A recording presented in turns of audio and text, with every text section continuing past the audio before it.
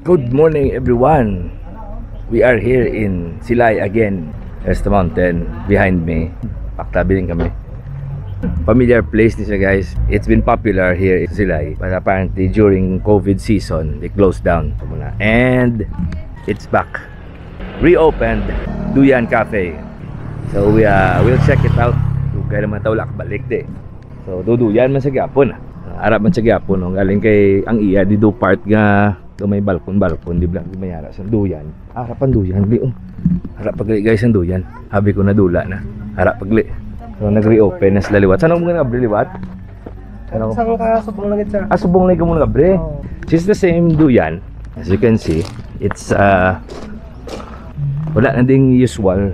May ano na di sa una do mayari na si manaog kadis dalom ng mga tables and chairs. Sindiri, mayari pag na di tables and chairs so na pusubong wala na. Sige guba na nila. So open na di. So muna lang nabilin na existing is payag.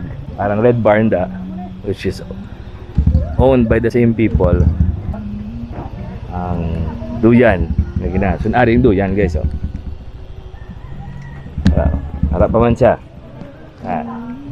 Never popular duyan.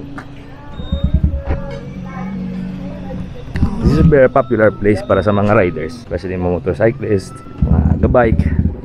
Okay, we'll check out. Actually more than malang ko na di kape maguro magkaong nakapamahaw naman ko uti kanami pa nga Facebook let's go.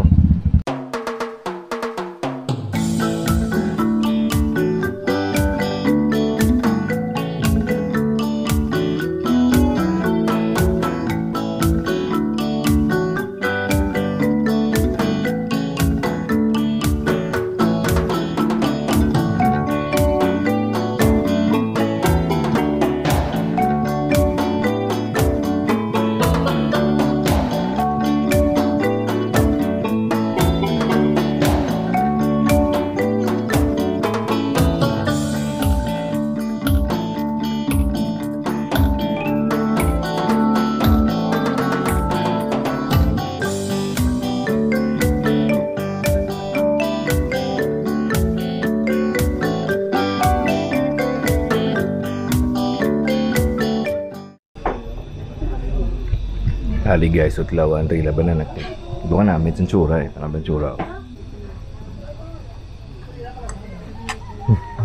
Ba namit medyo basa. Kaya wala siya kapudpud. Medyo pilet bala, basa. Namit ba na nakik na di? Nga di ang kombinasyon. Kape dayo. Madan view mo. Sa bukid.